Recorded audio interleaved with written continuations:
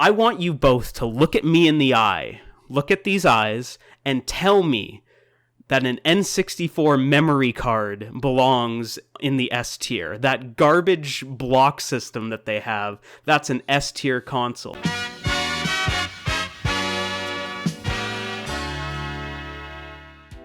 Welcome, ladies and gentlemen, to another edition of Off the Rails right here on A Cast of the Past. Usually, we sit down and we talk about a video game. We talk about a movie. Maybe we talk about life, but really, we talk about video games and movies. But every now and then, we decide to give somebody the floor to just ventilate, to just let it all out. And we're about to be doing that very, very soon because I'm Juan Velas. I am from Puerto Rico. I'm joined by Ryan McNulty from Boston, Massachusetts. And then we got the third man. We got the third man that rumors say he's about to unleash a load of information across the world. I'm going to unleash the animal. Keith okay, Poshik I'm so happy. London, Ontario. All of that's out of the way. Great. Follow, like us, social media. Yeah, all that stuff. All right, Subscribe, I got a bone to pick. No, you're done. I've got a bone to pick with y'all. So, as you know, if you've been listening, I've been away for a couple weeks. Had a series of unfortunate events. My hard drive crashed. It was bad time. Had like a mild case of pneumonia. Another bad time. Oof. But y'all did a serious injustice while I was gone, and I am not happy about it. So now I am back. I am saying my piece. So we did a little video. So why the N64 was an S plus tier? Is that? Yes, we're getting to that. let me. It's glisten time. It's me speaky time. So, while I was gone, we did a little video ranking all of the Nintendo systems. I did a little write-up. I think you guys did it justice. I agree with most of it, except for one system. I think you guys screwed up real bad about the N64 being an S-tier system. Why? I guess spoilers for that video if you haven't seen it. You should have probably watched it. Or audio. We are a podcast. Or audio. Exactly. Why? The N64 is not an S-tier system, okay? So here's the part I'll give you. It's got the best games of all time. I can easily list off 10 of the best games of all time that happened on the N64. We're not ranking that. At least in my head, that wasn't all the criteria when it comes to it being a S-tier system. Like, you're telling me that the N64 is as good as the Super Nintendo. I can't buy that. Yes, there are great games on it. You know, maybe one day we'll get a Nintendo Classic or an N64 Classic. Who knows? But when you're ranking a system, you have to think about all the things that come with it, all the bad. Like, for all of those great games, they screwed up real bad with some things with the N64. Like, okay, for the video version, switch to the 3 camera. Switch to the 3 camera right now. Thank you. I want you both to look at me in the eye, look at these eyes, and tell me that an N64 memory card belongs in the S tier. That garbage block system that they have, that's an S tier console. I want you to look me... No, you can't blink yet. I want you to look me in the eye and tell me that the N64 expansion pack was a good idea. That's an S-tier system. The fact that you could only play half of a game like Perfect Dark without spending another $100 on a piece of square plastic. All of those things have to be taken into account. I am not discrediting games like Super Mario 64, Smash Brothers, No Mercy, one of my favorite games of all time. Great games, not on an S-tier system. Y'all are wrong. You made an injustice. Now tell me. Tell me. I wanted to be an A rank, and then Ryan said S tier. I caved in. So Ryan, what do you got to say about that? What do you have to say about that, Ryan McNulty from Boston, Massachusetts? Well, from what? He butchered that. But that's okay. That real bad. Look, I think some things can help cover weaknesses of a system, right?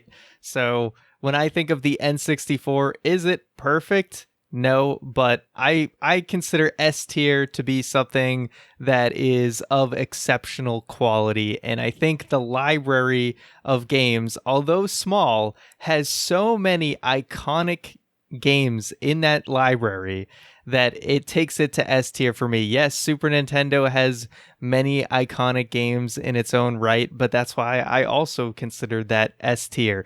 The memory cards weren't the greatest thing, but there was also a great Not advantage. the greatest thing. That's even giving them a little bit credit. They were They're not the greatest literal thing, dog but manure. Mind you, unlike the PlayStation, there were some games you did not need a memory card to save. So it's not like you had to buy as many memory cards as you might had to have for a PlayStation. That's and true. The expansion but pack, we're not at least the ranking the expansion best pack, Nintendo and PlayStation consoles. We're ranking the best Nintendo consoles. Okay, yes, so I'm just saying. I gotta interject here.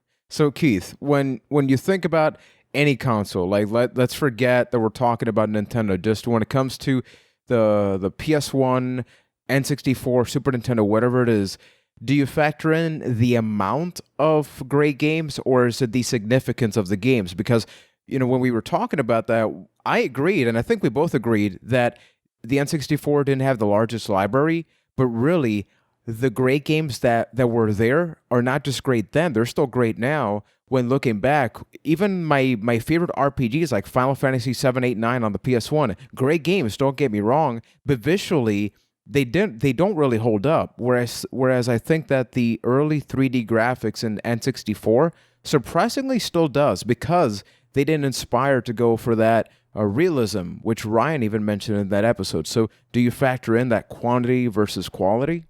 I think you have to factor in a sample of the best games. Like, the fact, if there's only 10 good games versus 100 good games, if those 10 games made a huge impact, then I think it's equal to the 100 good games. And that's not a part I'm taking away from the system, because, like I said, there's some of the best games of all time on there. It's just some of the poor choices that are around those games that really, it's not one of the best of all time, and it is definitely not on the same tier as the Super Nintendo. Something to sort of agree with you, and I don't think we brought it up, and the other one is the price of the games. I mean, I'll never forget that Hey You Pikachu was like $100. Now, I know we're not talking about a great game there, but still, Yeah. The point is that if you had an N64, the price range of games was insane. They could be anywhere from 50 to 100, whereas with the PS1 and other consoles that were disc-based at that point. PS1 was into $40. I remember $40 going US, into a for Future game. Shop. For all you Canadian listeners out there, remember Future Shop, and buying WWF No Mercy for $100. Some of the game prices were insane. So having said that, Yeah, they were a lot. DK64 was like $80, but that did give you the expansion pack, which was very useful to have. that is true. That is true. So how much do you factor in, I guess a question for both of you, let's remove the main console, like the physical hardware, and then go to the accessories, which would include like the controls, the accessories, like with the Dreamcast, for example, that controller, not the best, but then you add in the VMU, which had a visual screen, and even though the battery ran out constantly, it was still a very innovative thing. The fact that you could take some of the things from some games, so you could use it as a memory card as well, and you could put two of them, which is still weird to think about. Then you think about the fact that the N64 and the GameCube, they had 4 ports as opposed to 2 ports. On the PS1 and the PS2, you would have to buy a multi-tap. So those additional things outside from the physical hardware inside of the main console, do you guys factor that in when you think about the overall thing? At the time, I didn't, but you make a good point. I mean, the 4 ports is a great upgrade from the Super Nintendo. I mean, would GoldenEye be the legendary game that it was without the 4 controller ports? And I really think it wouldn't be. And so I'll put it this way. I think the game library itself is so iconic, so memorable, so powerful that it carries it to S tier for me. I know Keith doesn't think it's an S tier. I'm assuming he would put it at A tier. And Yes. At the end of the day, would I lose any sleep over someone putting N64 in the A tier? No. But I we did these types of things back in our wrestling podcast days. I knew if Keith was here, I was not getting N64 into So what S you're saying tier. is you took I advantage of understand. Keith's absence, I was Ryan. the ultimate opportunist and knew I could win that battle because Keith wasn't here, so I took advantage of the situation. And That's I can just understand the cold hard facts. and respect it, but as I was going back and listening to that, I was just shaking my head. And I almost appreciate the fact that you did what you did, because I probably would have done the same thing. But if you're willing to admit that there's room for it to be a possible Yes. how about this is the ground we can agree on. It is A tier system with S tier games on it. Can we virtually That's a good shake on that? tagline. That I should have can been, say that, yeah. That should have been in the box. Maybe it wouldn't have worked out so well, but I don't know Maybe if or that's not. good marketing, man. And as Yeah. far as the accessories question goes, I think that you have to factor it in if it's if it's necessary to the experience. I think that you do have to put some weight behind it. To use an example, the multi-tap for the PS1, it wasn't necessary. Like, I had a PS1 for close to 10 years, and I never had a multi-tap. It wasn't something that you needed to have. Whereas if you look at something like an N64 memory card, there's a certain section of games, a large section of games, that become unplayable if you have one of those hunks of junk. So if it's a necessity to the experience, I think you do have to factor it in a little bit. And that's what makes the N64 kind of fall apart for me, where it's a great system. The 4 ports were great, but everything around it was just a bad experience. And you do have to think of some of the bad games as well. I disagree that the graphics hold up today. I think it's really hard to go back and look at some of those early 3D polygon stuff, especially in a world where everything on it has been remastered to death, and you can just look at prettier versions of those games on other consoles. It kind of takes the shelf life out of it as well. There's a lot of things that you need to factor in.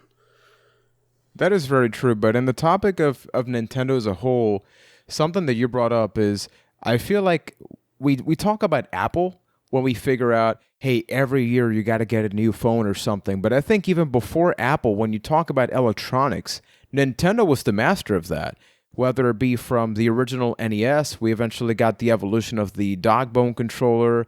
Maybe they would do a special variation of a color with the Game Boy Color. You know, we didn't talk about the handhelds. We'll eventually get to that. But think about how many things Nintendo has done throughout time. When you think about the Wii, you had the Wii Remote, but then you had Wii Remote Plus that you could buy an add-on for. But then they came out with the Remote Plus built into the remote. And then with the Wii, you could use the Wii Remote, but you could also use GameCube controls, which you could plug into that. But then you go to the Wii U, and then some games you can play with the gamepad, the Pro Controller, or the Wiimote. But then if you have Smash, all of a sudden, you can use the GameCube controller, which But is you a gotta buy controller the adapter. You gotta buy the GameCube adapter for the Wii U. Yep. And Is that not insane? Never let Nintendo forget about the Wii Vitality sensor. Oh Yeah. my goodness. There's a whole headache of compatibility charts with like Wii's and Wii U's and what controllers you could use and what you can't use. Like I was looking into, because I bought every Zelda game on the Wii U Virtual Console now, of course. And I was looking into, because I don't like the Pro Controller for N64 games, because the C buttons is like the right stick, and it's just not really that accurate. Would be weird. Yeah, you're trying to do C left, C right. It's not super accurate, but there is a way to play N64 use an N64 controller for the Wii U, and you need like a Wii controller with the certain adapter where I think you can use a USB one, but there might also be like just a standard N64 like adapter to the Wiimote. It's some crazy stuff, but there's a way to do it, and I might have Something to else look that people into didn't it. even know, if you have a Wii and a Super Nintendo Classic, you can actually use the Super Nintendo Classic controller by plugging it to the Wiimote, and it will act out as a Pro Controller, just without analog sticks and things like that. So that's how I've actually played a couple of games. I played the Sonic Tennis game on the Wii, and I was using a Super Nintendo controller. So I guess Well, in yeah, a because weird... there was the there was that controller before, like the Pro controller we all know today. There was that Wii controller that basically was a Super Nintendo. Yeah, it was a Super Nintendo controller. So it does make sense.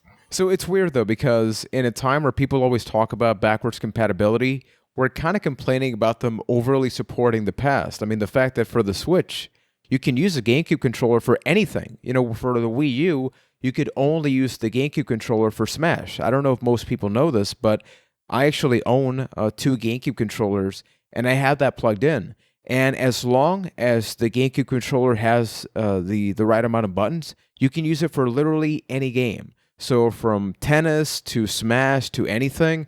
So it's this weird scenario where how come Nintendo just hasn't adapted like the Sony formula? You know, you look at Sony, and yeah, they've made some revisions to the controllers, but they've kind of been the same. Nintendo goes, no, we're going to completely change things up, but at the same time, you can literally still use the other one.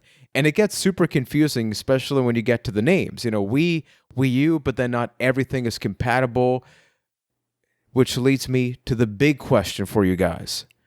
From Nintendo, this is a subtopic from the Nintendo tier list, which everybody can check out right now. Which is your favorite Nintendo console controller?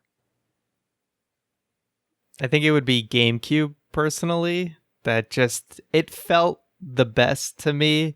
I do appreciate the Switch like Pro controller version, not like the 2 Joy-Cons. But I think overall, GameCube was really solid. It just felt really nice in your hand. I think there's a reason why people still demand that controller for Smash Brothers and things like that. That definitely was the best. Like, Super Nintendo was great, but you really get used to those kind of like grip handles that are on the controllers nowadays. And you do really miss that when you go back and use like an old school Super Nintendo controller. N64 is all right. But it's when you play N64 games, you do really want that N64 controller. You do miss it then. But other than that, I wouldn't like elect to use it for non-N64 games. Yeah, I think that's just more about the button layouts than anything. But I do have to agree with the GameCube controller. It just feels good in your hand. It's solid. Especially the Wavebird. I know it's not... I don't think it's official Nintendo, but the Wavebird just feels so good. Yeah, that was official. Was it official? Oh, yeah, okay. Yeah. Just how it's got that little bit of lightness to it because it's wireless, and just not having to deal with cords, but still having this nice tanky controller in your hands. It takes a little bit to get used to the button layout, I think, of the GameCube controller, especially with the big button and the little surrounding ones. But once you get your head wrapped around that, I do think it's Nintendo's best controller. It's the Super Nintendo is one of those things that I have fond memories of, but it's really tough to go back, especially not having an analog stick. I think analog sticks are something that we're spoiled by these days, and the lack of having one really shows if you're going back and using those old consoles. Yeah, I cannot stand the whole nunchuck ordeal, or even the Joy-Con thing of like holding 2 separate controllers without them being like connected. I hated the Wiimote nunchuck thing. Like, even playing a game, like I only played a little bit of Mario Galaxy, but I disliked having to have those things separate. You really like that kind of foundation of them together. So when you really need to like mash a button or something, you're able to have that like leverage. Having them separate, sure, like for something like Skyward Sword, it kind of worked because you were trying to like slash the nunchuck as the sword. But overall, I hated that disconnected feeling, and they really tried to force that on games like Mario Kart and stuff. And that using that joystick with the nunchuck, it never felt comfortable. Like, just that there was no weight to it. Yeah, I was never comfortable with it. Yeah, I gotta agree with the GameCube controller. Although I remember what people complain about the most is that it was really good for brawler type games like Smash, but then for fighting games, I remember I played Soul Calibur 2 because it had Link, right? So it was arguably the better version. But there was something weird about having the big button and then everything else around it. Although Nintendo kind of catered to their strengths, right? Most games, you technically use 2 main buttons and then everything else is kind of bonus unless you talk about a first-person shooter. So I guess it made sense, right? And then for better or worse, you guys talked about the N64 controller. I feel like Nintendo's the only company that makes a game tailor-made for its controller. You know, you can talk about a game that comes out on the PS4 or Xbox One. You can swap out controllers, and yeah, it's going to take like 5-10 minutes to adjust, but the layout is kind of the same. But then try to play, WWF No Mercy with a PS4 controller. I tried to do that through emulation, and it just doesn't feel right. It just doesn't work because the fact that the Z button was on the back, but the analog stick was at the bottom. Yeah, the C buttons. I've tried it a lot because I have essentially a mimicked PlayStation controller, and yeah, trying to map N64 controls, it just doesn't work because you try and map some of the triangle and R1 to the C buttons, but you always get confused as to what's C left and what's C up, what's C right. You always kind of forget how you mapped it because, like I said, the stick, just using an analog stick for the C buttons, you're going to mess it up. You're going to try to do a C left and you're going to do a C down by accident. It's just always going to happen. As a human being with a USB N64 controller, I cannot agree more. It was worth it to go out and buy a PC N64 controller than to try and set it up on another thing. It's just, I don't know if it's because developers had to work around with what Nintendo gave them, or the fact that, like you said, Nintendo was just good at building something perfect for what they had. Just nothing maps right from that console. That is very true. So, Keith, Yes. I'm going to close this off with a question for you, considering you were gone for a couple of weeks, and even though you were part of the conversations on the Discord, which people can join, castofthepast.com/Discord, if we were to do a follow-up on our favorite Super Nintendo, favorite GBA episodes, now that we've ranked different Nintendo consoles, is there a particular console or handheld that you would like us to present, whether it be from 5 to 1 or just, 5 great games? Is there a particular console or handheld you would like to do, my friend? Even though we kind of just shat on it, or at least I did for the beginning of this episode, I think a great one to do of that would be like an N64 of some of the best N64 games, because I will not take that away from it. It has one of the best collections of games ever. Can't argue it. And that's a great way to highlight what was good about the N64. Why somebody like Ryan could agree that it's an S tier console. So this is actually going to be pretty cool. I went to a retro video game shop 2 weeks ago, and I interviewed the owner for my personal channel. Now, the interview is going to go up in Spanish, but I want to do a series showcasing different things in Puerto Rico. Can you dub it and do different voices?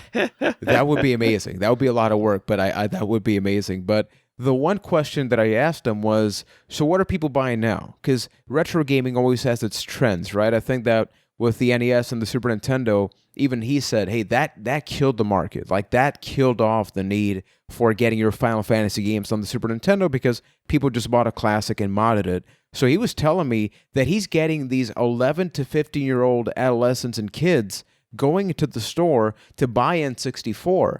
And I began asking him, so what are they buying? Because that's fascinating, right? It's the one console that we look back at and go, it's the weird controller, and yeah, maybe it does look muddy. Personally, I don't mind how it looks, but a lot of people are on your boat, Keith, which is no. So he was telling me, it's they're playing the Nintendo Switch, and they want to figure out where things originated from. And for us, it's the Super Nintendo, but they see the Switch as a 3D device. So they go back and look at the first 3D Nintendo device. Henceforth, it's the Nintendo 64, which actually leads us to a future episode. Because people, we're going to be sitting down in these comfortable chairs with these 3 microphones, and we are going to build our very own Nintendo 64. No, okay, Keith, do the thing. Oh my God! Nintendo 64! Gee, Classic. The kid became a witch or something. I don't know what happened there, but we're building a Nintendo 64 classic. So if you're still here, that's going to be happening on a future episode, and you can definitely stay up to date by subscribing, whether it be on Stitcher, Apple Podcasts, wherever you listen to your favorite podcasts. And if you like these crazy conversations, I mean, Keith is back, so naturally it's going to be crazy. You can leave a 5-star review, especially on Facebook, Stitcher, and Apple Podcasts. It really goes a long way into helping. Ryan, you shook your head, so you close things off in the podcast by just Keith kick things off, kind of just punching you in the face. So Verbally, here's your chance, and then just close it off. You know, it's good to have you back, Keith, on Thanks, this buddy. exciting episode of a cast. To the Past. Keith, it was never the same without you. I know. I can't say whether that's bad or good. It's I'm probably just a saying good it thing. wasn't the same without you. And I It's good if appreciate it's not a tier list episode. that. That's true. That's true. We got to talk with this computer.